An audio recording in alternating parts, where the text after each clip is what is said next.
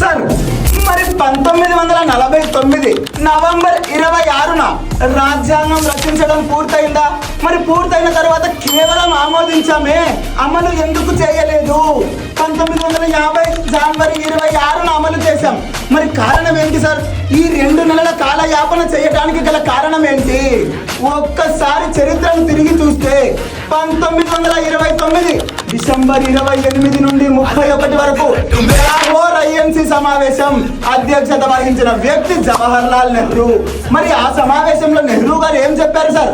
అయ్యా భారత ప్రజలారా, 1930 జనవరి 26 జెండా ఎగరేయండి, స్వాతంత్ర దినోత్సవం జరపండి అని ప్రకటిస్తే భారతదేశంలో మొట్టమొదటి స్వాతంత్ర దినోత్సవం జరిగింది 1930 జనవరి 26.